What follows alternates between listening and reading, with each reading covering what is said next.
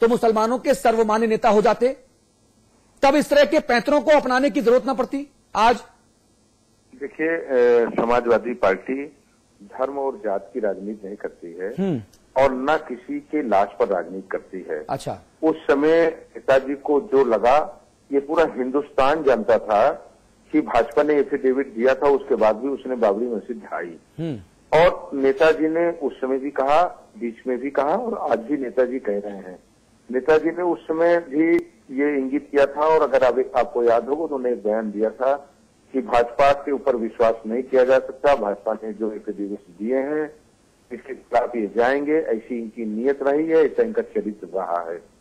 लेकिन उसके बाद भी कांग्रेस की जो दिल्ली की बैठी सरकार थी, उसने निर्णय लेने में क्यों कमजोरी उठाई, ये तो कांग्रेस जवाब दे, या कांग्रेस का उसमें क्या हाथ था या क्या मिली भगत थी, ये कांग्रेस के लीडर्स बताएंगे। लेकिन नेताजी ने देश में, राज्य में जो कानून का राज होना चाहिए और एक मुख्यमंत्री की जो संवैधानिक जिम्मेदारी होती है, उसका उन्होंने निर्वाह उस समय भी किया। मनोज पांडे साहब, मैं सिर्फ आपसे इतना पूछ रहा हूं, जिस वक्त मस्जिद गिराई गई उस वक्त कल्याण सिंह प्रदेश के मुख्यमंत्री थे। जिस वक्त ये पूरा का पूरा मामला वो बता रहे हैं 6 दिसंबर 1992 को मस्जिद गिरी, वो कह रहे हैं कि 4 तारीख को उन्होंने मुलाकात की थी उस वक्त के राष्ट्रपति साहब से। अब राष्ट्रपति से अगर मुलायम सिंह जी मिलने गए और लिखित में चिट्ठी दी ही, तो ऐसा तो नहीं था ना कि वो ये बैठक गुप्त कमरे में हुई। जो राष्ट्रपति भवन का प्रोटोकॉल है, वहां पर मुलायम सिंह जी और राष्ट्रपति के बीच चर्चा के दौरान कोई तो प्रोटोकॉल ऑफिसर या कोई तो अधिकारी रहा होगा। लिखित चिट्ठी कहां चली गई? 20 वर्षों से वो जो चिट्ठी मुलायम सिंह जी ने दी थी राष्ट्रपति साहब को उस वक्त के, वो चिट्ठी सामने क्यों नहीं आई? कांग्रेस की सरकार में बैठे हमारे सूत्र कहते हैं कि सब बेकार की बातें, चिट्ठी कोई है ही नहीं। सकता है, ये तो मैं नहीं बता सकता, ये मेरी जानकारी और मेरी सीमाओं के बाहर की बात है। हाँ। ये तो महामहिम राष्ट्रपति महोदय का कार्यालय बता सकता है। हाँ। लेकिन मैं इस चीज को एकदम 100% है कि माननीय नेताजी ने जो बात कही है, नेताजी वही कहेंगे जो सच होगा, और जो उन्होंने कहा वही सच है। ना, ये आपकी राय है ना। दरअसल सच के भी अलग अलग डायमेंशन होते हैं ना। सच को देखने का अलग अलग चश्मा होता है, सच को देखने की अलग अलग सुविधाएं होती हैं। एक सच आपका है, एक सच मेरा है, एक सच जनता का है, एक सच इस देश का है, एक सच मुलायम सिंह जी का है। अग्नोत्री जी, लोग अलग अलग ढंग से प्रस्तुत करते हैं। हाँ। अब लोग तो लोकतंत्र की व्याख्याएं भी अलग अलग ढंग से। अच्छा, अब आजम खान साहब जो बात कह रहे हैं, पांडे साहब, जो आजम खान साहब आज जो बात कह रहे हैं कि साहब उन्होंने तो उस वक्त के प्रधानमंत्री पीवी नरसिम्हा राव साहब को भी बताया था। अब बताइए, यानी कि आप केवल उन लोगों के बारे में बात कर रहे हो जो इस दुनिया में नहीं है अपना पक्ष रखने के लिए। तो फिर शंका पैदा होगी ना कि 20 वर्षों तक एक तो आप चुप थे, अब जब चुनाव की बेला है, जब मुसलमानों को आपको लग रहा है कि आपके हाथों से छिटक के यहां वहां स्कैटर्ड हो सकता है, तब आप एक बार फिर से बाबरी मस्जिद का जिन्न सामने लेकर आ रहे हो। पीवी नरसिम्हा राव जी जो उसमें प्रधानमंत्री थे नहीं थे, लेकिन उस समय नेताजी ने नहीं कहा, ये उनका अपना था। उन्होंने उस समय समझा कि एक वरिष्ठ नेताओं के बीच में जो बात है कि पब्लिक में नहीं जानी चाहिए, जो संवैधानिक जिम्मेदारी होती है ना। तो 20 वर्षों बाद जो पहले लगा था वो आज सही कैसे लग रहा है? ऐसा होना चाहिए, तो उन्होंने इस बात को कही ना। 20 वर्षों पहले जो बात गलत थी, पब्लिक डोमेन में ना लाने योग्य थी, वो 20 वर्षों बाद पब्लिक डोमेन में आने लायक कैसे बन गई? ये देखिए, ये है समाजवाद, ये दिक्कत है अमीर हैदर साहब। ये समस्या है कि जब सवाल पूछते हैं, जब सवालों का चक्रव्यूह इर्द गिर्द कसने लगता है, तब आप फोन काट के हिट एंड रन की तरह बच के निकल जाते हैं। ये है समाजवाद। बात है भाई, सच का सामना करने के लिए हिम्मत चाहिए, तत्व चाहिए उसके सामने। हाँ। अगर ये कहते हैं नरसिम्हा राव ने ये किया तो इनको सामने लाना चाहिए, राष्ट्रपति क्या कुछ हुआ तो सामने आना चाहिए, खत आना चाहिए। हाँ। और 20 साल ये बैठे रहे, इस वक्त उनको सामने कुछ दिखाई पड़ रहा है कि मुसलमान इस नाम पे भड़कने वाला नहीं है, तो इनको दिक्कत लग रही है, इसलिए पॉलिसी अप्लाई। लेकिन अमीर हैदर साहब, एक सवाल तो पूरी की पूरी मुसलमान जमात पर भी उठता है, जो इस्लाम के पैरोकार है उन पर भी उठता है कि आप अपने आप को किसी दल विशेष या किसी नेता विशेष के लिए वोट बैंक के तौर पर इस्तेमाल होने क्यों देते हो? नहीं, अब नहीं होगा, नहीं होगा, सवाल नहीं उठता। लिखा नौजवान हैदर साहब, सवाल मुनासिब है या नहीं है? बहुत मुनासिब है, लेकिन अब नहीं होगा, इसलिए लड़का पढ़ा लिखा बहुत हो गया। जी अमिताभ अग्निहोत्री जी, 20 वर्ष बाबरी और बवाल, ये बोतल से बेताल बाहर निकाल रहे हैं। देखिए, मुझे पता नहीं कि जितने लोग चर्चा में जुड़े उनमें से किसने उस दिसंबर 92 के दौर में अयोध्या की जमीन देखी और कितने लोग दिल्ली की सियासत को करीब से देख रहे थे। टीवी और अखबार से नहीं, टीवी और अखबार से दूसरे किस्म की चीजें समझ आती हैं। जब आप पावर कॉरिडोर में खड़े होकर चीजों को देखते हैं तो आप सत्य को समझ पाते हैं। मुझे पता नहीं कितने लोगों ने देखा। मुलायम सिंह जी भी तब लखनऊ ही रहते थे। आज अगर शंकर दयाल शर्मा जी ने जो इनको कहा वो बड़ी नाजुक बात है। अगर वो बात सच है तो उस बात के साथ ये जिम्मेदारी मुलायम सिंह जी के ऊपर जुड़ती है, आती है कि उस बात की उनको लिखित तौर पर जानकारी उस समय के कैबिनेट सेक्रेटरी को देनी चाहिए थी, प्रधानमंत्री के दफ्तर को देनी चाहिए थी और राज्य के मुख्यमंत्री को भी देनी चाहिए थी। वो किसी पार्टी का मुख्यमंत्री हो, राज्य का मुख्यमंत्री होता है, पार्टी का तो नेता होता है, मुख्यमंत्री पार्टी का नहीं होता।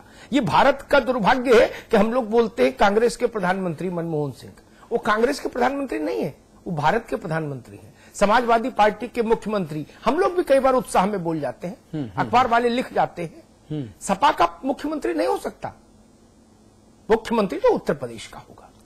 वहां देना चाहिए था इनको ये लिखकर जी, तब मानता मैं कि एक देश के बड़े नेता ने अपनी जिम्मेदारी का निर्वहन किया। मैंने अयोध्या को देखा, उस वक्त की दिल्ली की सरकार को देखा, अर्जुन सिंह के क्रियाकलापों को देखा उस दौर में, उनकी अर्ध बगावत देखी, अर्ध सेमी स्पॉन्सर्ड ना, स्पॉन्सर्ड तो नहीं कहूंगा, अर्ध बगावत। अच्छा, कुछ हौसले की कमी थी, हाँ, इसलिए शायद बगावत पूरी नहीं हो पाई। हाँ, हाँ, वो प्रसंग कभी और बताऊंगा कि कहां कमी थी हौसले की, हाँ, और जो बताऊंगा वो 1 to 1 बातचीत वाली बात बताऊंगा। अखबार में पढ़ी और टीवी में देखी बात में सत्यता नहीं होती। नरसिंह राव जी की भूमिका को लेकर सवाल उठाए जाएंगे। मैंने भी देखा है वो दौर और बहुत करीब से देखा, नाम लेने में लूंगा तो शायद मर्यादा टूटेगी, बहुत करीब से देखा। भारत के प्रधानमंत्री की उस समय जो भूमिका होनी चाहिए थी उसका निर्वहन नहीं हुआ, यह भी ठीक है। भारतीय जनता पार्टी के नेताओं ने जो एफिडेविट दिए थे उस पर विजय राजे सिंधिया ने दस्तखत किया था, स्वामी चिन्मयानंद ने दस्तखत किया था, और स्टेट की तरफ से जो गया था एफिडेविट वो कल्याण सिंह की तरफ से था, जिस पर चीफ सेक्रेटरी ने दिया था on behalf of chief minister government. इसी के आधार पर कल्याण सिंह को जेल हुई थी 1 दिन की, हैदर साहब को याद होगा। कंटेम्प्ट ऑफ कोर्ट के मामले में ही कल्याण सिंह को जेल हुई।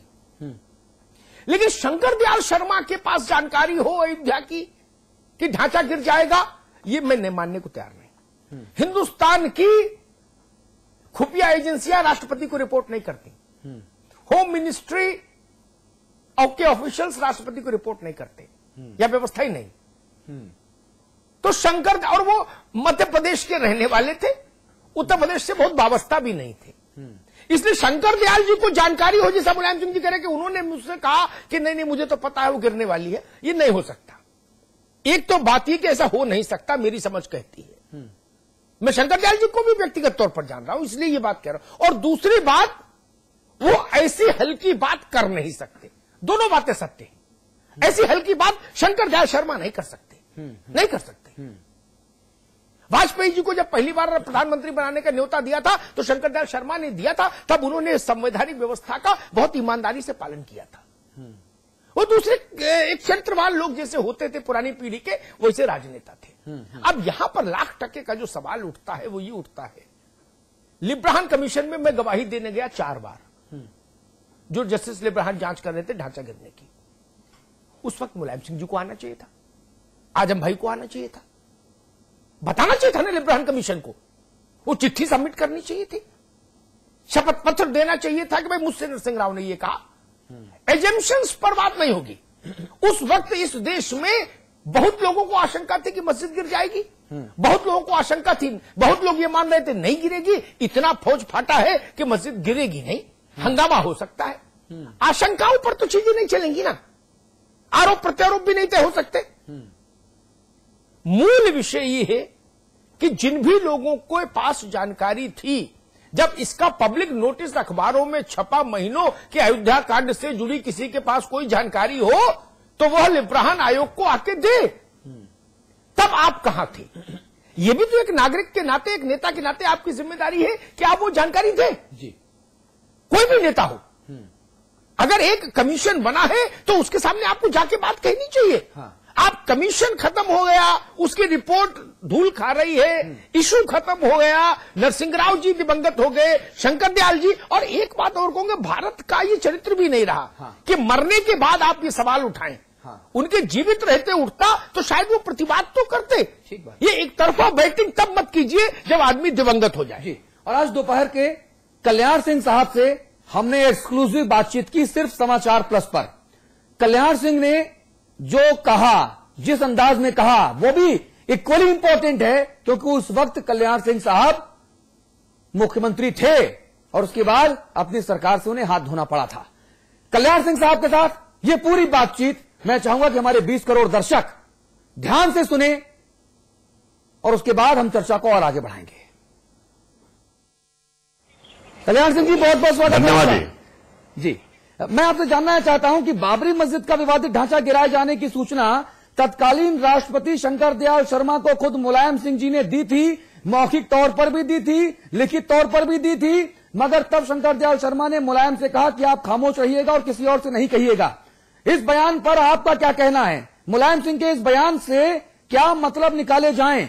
तमाम तरह की राजनीतिक कयास और बयानबाजियों का जो दौर है माननीय कल्याण सिंह जी, वो इस बयान से पैदा हो गया है। मेरा कहना यह है कि मुलायम सिंह जी झूठ बोले में विशेषज्ञ है और जो व्यक्ति आज इस दुनिया में नहीं है, ऐसे तत्कालीन राष्ट्रपति श्री शंकर दयाल जी शर्मा के बारे में ऐसे उलझुल बातें करने की शोभा नहीं देता है, जिसकी सफाई देने वाला भी कोई नहीं है। हाँ। मैं सवाल करना चाहता हूँ इसके साथ साथ कि राष्ट्रपति जी ने इनको जब बता दिया कि 6 दिसंबर को घटना घटित हो जाएगी, ढांचा चला जाएगा, और हाँ। 4 दिसंबर को इनको बता दिया। हाँ। तो मुलायम सिंह जी स्पष्ट और कर रहे हैं कि उन्होंने उस समय के प्रधानमंत्री को क्यों नहीं बताया, उस समय के गृह मंत्री को क्यों नहीं बताया। आपको बता दिया। मैं मुख्यमंत्री था, अगर मुझे नहीं बताना चाहते थे तो उत्तर प्रदेश के मुख्य सचिव को क्यों नहीं बताया, उत्तर प्रदेश के राज्यपाल को क्यों नहीं बताया। हाँ। ऐसा लगता है कि शायद ये ढांचा चला जाए, इस साजिश में मुलायम सिंह जी का भी हाथ था, इसलिए इस बात को यदि शंकर दयाल शर्मा ने ऐसे उनको कहा भी था, जो कहा नहीं था, मेरा विश्वास ये है ये झूठ बोल रहे हैं, चुप उनके समय देने वाला नहीं है। लेकिन अगर इनकी बात को मान लिया जाए तो फिर मुलायम सिंह चुप क्यों रहे? चुप होने का मतलब क्या ये नहीं निकाला जाएगा कि मुलायम सिंह खुद चाहते थे कि वो विवादित ढांचा चला जाए ताकि उनकी मुस्लिम राजनीति चमक जाए, उनकी सियासत चमक जाए और वो मुसलमानों को बरगला करके अपने पक्ष में ले सके। क्या ये मान लिया जाए कि मुलायम सिंह भी उस ढांचे के गिराए जाने की साजिश में किसी के रूप में प्रत्यक्ष या परोक्ष रूप से शामिल थे? हाँ। लेकिन कल्याण सिंह साहब, क्या बाबरी मस्जिद का ढांचा गिराया जाना एक सुनियोजित साजिश का हिस्सा था? मेरा कहना यह है कि ढांचा गिराया जाना सुनियोजित नहीं था। हाँ। अनपेक्षित था, अनियोजित था। हाँ, सैकड़ों साल से करोड़ों हिंदुओं की जो भावना कुचली गई थी, हाँ। उनका स्वतः स्फूर्त विस्फोट था। हाँ। ये मंदिर तोड़ करके वहां पर ढांचा बनाया गया था, मस्जिद बनाई गई थी। हाँ। बाबर के मीर कासिम ने, और हिंदू उसकी आजादी की लड़ाई लड़ते रहे, मंदिर निर्माण की लड़ाई लड़ते रहे, मुक्ति की लड़ाई लड़ते रहे। जन्मभूमि की मुक्ति हो नहीं सकी थी और करीब करीब 464 साल इसमें लड़ाई में निकल गए थे। अचानक 6 दिसंबर 1992 को अचानक विस्फोट हो गया था। कुचली गई करोड़ों हिंदुओं की भावनाओं का कारण था। हाँ। इसके कोई नियोजित नहीं था। हाँ। कहीं कोई अपेक्षित नहीं था। हाँ। बल्कि गुप्तचर विभाग में कोई भी पता नहीं था क्या होने वाला है। हाँ। मेरे पास भी इंटेलिजेंस डिपार्टमेंट था, मेरे पास भी इंटेलिजेंस डिपार्टमेंट की कोई ऐसी सूचना नहीं थी। हाँ। और मुलायम सिंह के पास अगर ऐसी सूचना थी तो इससे इतनी बड़ी सूचना को उन्होंने छिपाया क्यों? हाँ। इसके पीछे राज क्या था? क्या वो भी चाहते थे कि ढांचा चला जाए तो उनकी मुस्लिम राजनीति सफल हो जाए? जी कल्याण सिंह जी, लेकिन बाबरी मस्जिद का ढांचा गिराया जाना सही था या गलत, ये भी लोग सवाल पूछेंगे ना आपसे। देखिए, वैसे तो 464 साल पुराना गुलामी का प्रतीक था। हाँ। 76 बार लड़ाइयां हुई थी, कितने हिंदुओं ने अपना बलिदान दिया था। हाँ। और बार बार कार सेवक जाते थे, उनको किसी बहाने से लौटा दिया जाता था। पिछली बार जब कार सेवक 6 दिसंबर को गए तो कुछ कर गुजरने के इरादे से गए, ऐसा प्रतीत होता है। इसके पीछे कोई नियोजन नहीं था, इसके पीछे किसी प्रकार की कोई प्लानिंग नहीं थी, न कोई साजिश थी। अचानक विस्फोट हुआ। अब ये तो इतिहास का विषय हो गया, इतिहास बताएगा कि ढांचे का गिराया जाना उचित था या अनुचित था। करोड़ों हिंदुओं की भावनाओं का प्रतीक इतिहास लिखेगा कि इसके बारे में मुझसे क्यों टिप्पणी लेते हैं आप। कल्याण सिंह साहब, क्या आईएएस अफसर दुर्गा शक्ति नागपाल के निलंबन